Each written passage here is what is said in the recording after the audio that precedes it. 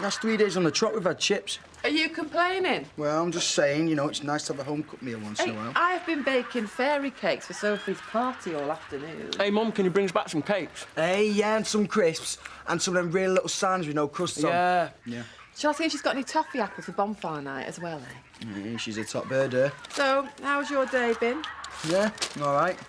Boring, really. I rearranged my visit to Oxford. Oh, right. So when you going? End of the week. On your own? Yeah. Long way. Well, I'm not walking. I'll get a train. Right. I wouldn't want you getting lost, though. I mean, you've never travelled that far on your own before. Mum, it's Oxford, not out of Mongolia. Yeah, but who's going to hold your hand when you cross the road and wipe your runny nose and make sure you've got clean underwear on in case you get run over? I mean, I've been to Oxford before, you know. I saw Susie Quattro play in 1976. Now, I know I was only 14, but I could probably still find my way round. Right, well, I best get off. I told Sally I'd stick sausages on sticks. Don't burn the house down. 48 crash, 48 crash. Where are you going? Out. What time are you coming back? Late. Todd, do us a favour, mate. Take Mam with you. You what? We'll take her to Oxford. Are you mad? Yeah, she'd love it. Why don't you take her clubbing? You know, for someone who's meant to be really bright, you can be really thick sometimes. Really? Enlighten me. Well, you can't begin to imagine how proud she is of you. You take her to Oxford, she'll be in heaven. She'll be talking about it for months. Hey, and she'll be that chuffed you want her to do anything nice for at least a year. A year? You reckon? Yeah, she'll be in a good mood for ages. I'll think about it. Well, if you don't take her, she might just follow you anyway. A cup of tea, love? Yeah, please. You know, I don't know how you can work in front of that telly. Because it helps me concentrate. Mum? Yeah? Have you really been to Oxford before? Yeah, a long time ago. It's just, if you know your way around, then it might help if you came with us. That's all. Well, I don't know the place that well. Yeah, well, if we get lost, at least we'll be lost together. Do you mean it? You'd really like me to go with you? Yeah. Hey, but if you try and hug me, I could change my mind. Oh, all right, but can I just say that I am now officially the proudest mum in the world. I don't care if it is Monday. I'm going to open a new packet of biscuits. What you got to do? I'm waiting for a cab. Our train to Oxford goes in half an hour. Oh, so you keep saying. Now, Going to Oxford to see the college that Todd's going to be going to. might be going to.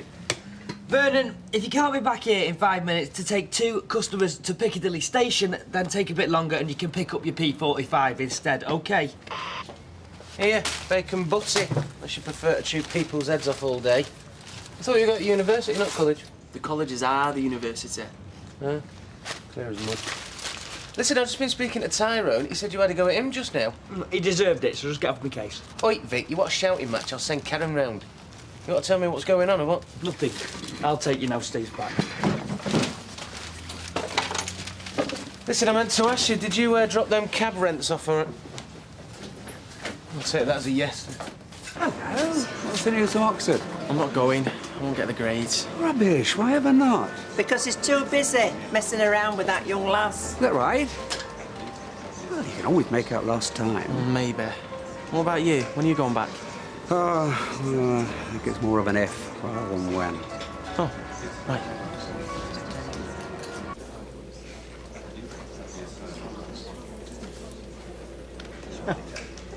Sorry to interrupt. What's up? I was just watching you over by the counter, and I just have to say what a pleasure it is. What is? But to have a young man on the premises reading poetry rather than the usual tittle. Yeah, well, I've got to do an essay on it. Well, nevertheless, it is something that I'd like to encourage. When it comes to ambience, I do aspire to Left Bank rather than Greasy Spoon. What is it you're reading, Todd? William Blake. Songs of innocence and experience, but may I? Do you know it, Ken? Well, I should do. I taught it long enough.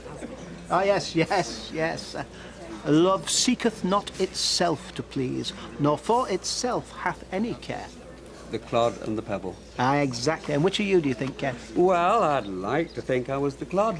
And would you agree with that, Deirdre? Oh, I'm baffled. What are they on about, Todd? Two different views of love, selfish or unselfish. Clod of clay gets involved in a philosophical debate with a pebble in a brook. Really? Yes, yes.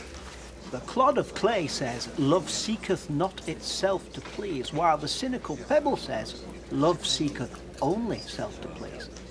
Now, which of these descriptions best describes Ken, do you think? Oh, Ken's a clod, definitely. I'm very flattered.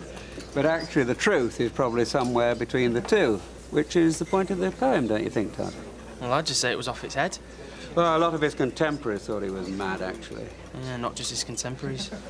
Look, I'll have to go. I've got work to do. Look, I'm sorry, I didn't want to disturb your concentration. I'll leave you in peace from now on. Nah, forget it. I've got to go to the library anyway. He doesn't seem to be enjoying his Blake. Todd's quite capable of getting to university without me interfering. It's not interfering, it's offering to help. He's a bright lad. He doesn't need any help. Do you need any help, Todd? Yeah, I'm looking for the one that's closest to pure caffeine. Oh, burning the midnight oil tonight, are you? Looks like. Right, well, this is what you need. 2 cans of this to keep Rip Van Winkle awake. Thanks very much. Oh, I'm glad to help, Todd. Glad to help. Right, that's £2.98, please, love. Thank you. Is it the William Blake you're working on? Yeah, I just can't seem to get into it. Oh, well, if you ever feel you want to chat over a few things... I don't want to put you to any trouble. Oh, it's no trouble. I'd enjoy it. No, you're all right. Look, you provide the innocence, I'll provide the experience. I could maybe show you the first draft of my essay. Great. I look forward to it. Right. See you. Bye, love. Told you. OK, you win. And stuff like that is bound to look good in court. That's not why I did it. Hiya. Hiya. When are you off back to school? Not till after Christmas. Nice. Well, nice not to have to see Aidan Critchley. He knows our fellas kicked him out. Really? Oh, that's what I've heard. And after that trouble with Barlow, school's last place he'll come. Well, I hope so. Anyway, best be off. Sarah, if you are worried about anything or you want to talk her out, well, you know where I am. Well, I'm sure I'll be fine. Hello. Oh, come on, Bethany. Let's get you going. You're a monkey. A lot of students get bogged down with Blake's symbolism. If you can wear your understanding of it lightly... Not keeping you awake, am I? What? Oh, I'm sorry. Is something the matter?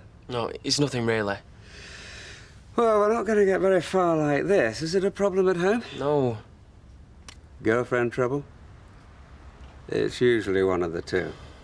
Well, it's not important, honest. Well, I hope that's not true, because falling in love is one of the biggest things that ever happens to us. Half your set text wouldn't have been written without it. Really? Twelfth Night, Antony and Cleopatra, romantic poets. They're all about love in some way. It just seems to get under your skin.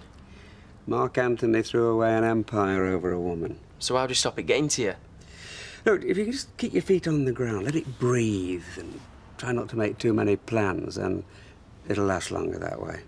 You ever thought about being in agony, Aunt? You think it'll be good? I've heard worse advice. I'll bear it in mind. Right, let's get back to the poem, shall we?